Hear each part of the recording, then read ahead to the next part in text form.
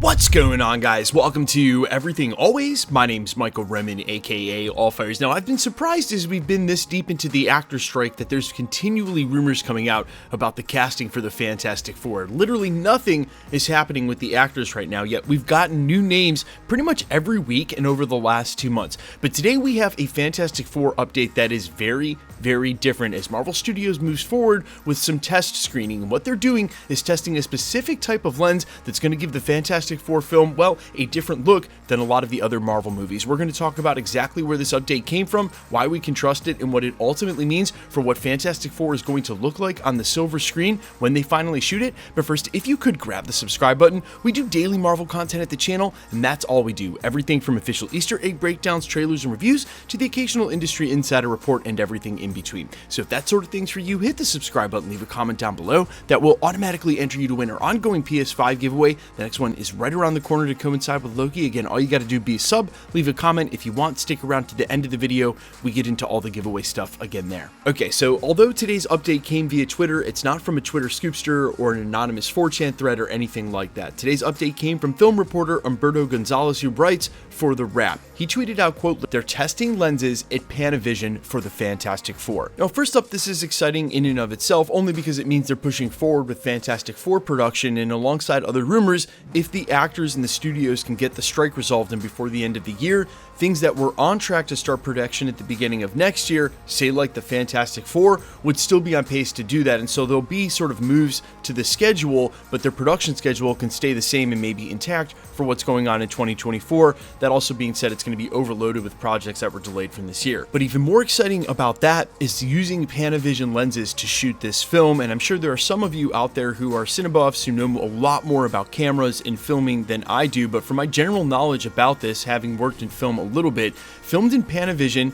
means that this is going to have an anamorphic aspect ratio, 2.35 to 1, and basically that's where you get the long black bars at the top and bottom, and the film itself is actually extended. It's in the name, Pana, like a panoramic photo. You can think the same for the film itself, it's just extra long.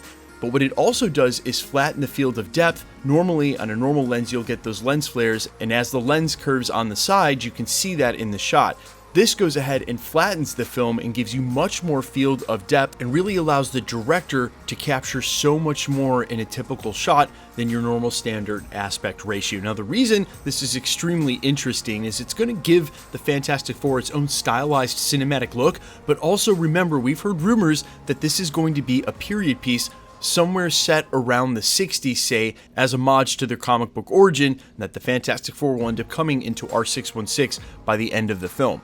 This Panavision that they're talking about for these lenses definitely lends itself to supporting this being a period piece shot somewhere around the 60s. And what's even crazier than that is it's not just the film is going to be set in the 60s, but they might shoot it like an actual 60s movie, give it that stylized look like an older film, of course with the current CGI. But they've had a lot of success with this already, with Werewolf by Night maybe making it look like it was shot somewhere before it actually was. And I'm wondering if that just didn't push them in a direction here. Hey, if we're going to do a period piece, let's go all the way. Let's shoot what looks like a vintage film to be part of the Marvel Studios cinematic library. And you have to admit, that's been their whole MO in Phase 4, is trying as many different things as they can.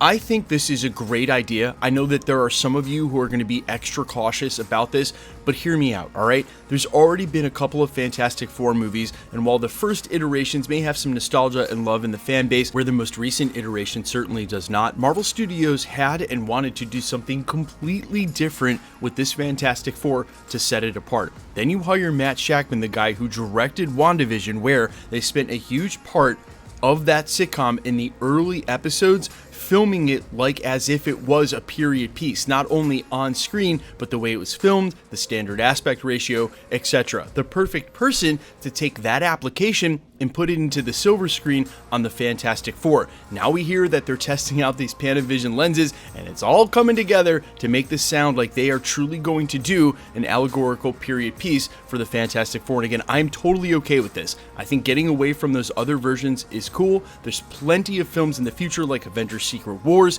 and even going past that, where you're going to see the Fantastic Four in completely modern settings, in a normal aspect ratio, in Avengers Secret Wars, again, maybe even going past that in future Fantastic Four films.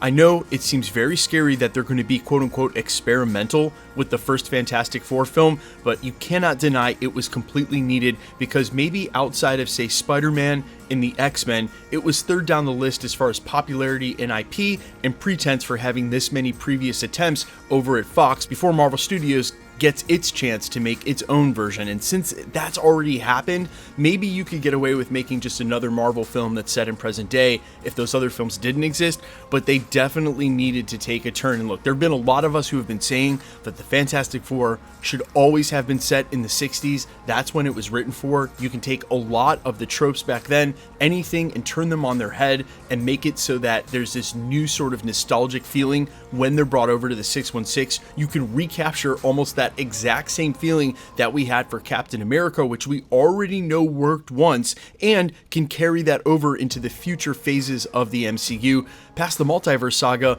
alongside the X-Men, etc., they'll still have their own place. I'm all for this. I'm super excited they've decided to make these decisions. And again, guys, I know it's scary, but it was also needed. And so for those of you who are like, no, this isn't what I want, just think of it as this is their introduction to. They won't be stuck in the 60s the whole time. They're not going to start making 60 movies for the Fantastic Four. You're going to get those characters updated immediately in Avengers 5 and Avengers 6. So it's just their one film, and again, I'm all for it. Let me know all your thoughts down below, guys. I'm all ears. Quickly, let's get into the giveaway stuff before I let you go. All right, we're still giving away PlayStation 5s here at the channel. Actually, 3 before the end of the year. 1 for Loki, 1 for the Marvels, and 1 for What If. If you want to be entered to win, all the same rules will always apply. We'll also be doing a comic book giveaway daily in October. All you got to do, hit the subscribe button, then leave a comment down below. Because it's truly random, the more videos you comment on, the better chance you have of winning. All winners will be announced at the end of videos, the same way we're doing here. The best way to keep up with the content has always been to hit the notification bell with all notifications turned on. And as always, if you like today's video, I'd appreciate it if you'd hit the like button. My name's Michael Roman. You can find me in a couple of places. Instagram and Twitter at @IamFires. You can also find me on Spotify, YouTube, Amazon, Apple, iTunes, wherever you listen to original music under the name All Fires, hence the AKA at the beginning of this video. And as I've been saying lately, I cannot thank you guys enough for your support. My lead single is about to snag 3 million views on Spotify and is over 1 million on multiple YouTube channels, and I cannot thank you guys enough for clicking it. And even for those of you who've been like, hey, I'm just here to support, but this isn't for me, you helped it find those algorithms. You guys have been amazing. If you haven't listened yet, or you're just morbidly curious, you can find my lead single Make an Entrance under All Fires on all platforms. Or then again, thanks again for checking this channel out. I love you guys. I'll see you in the next one. Peace.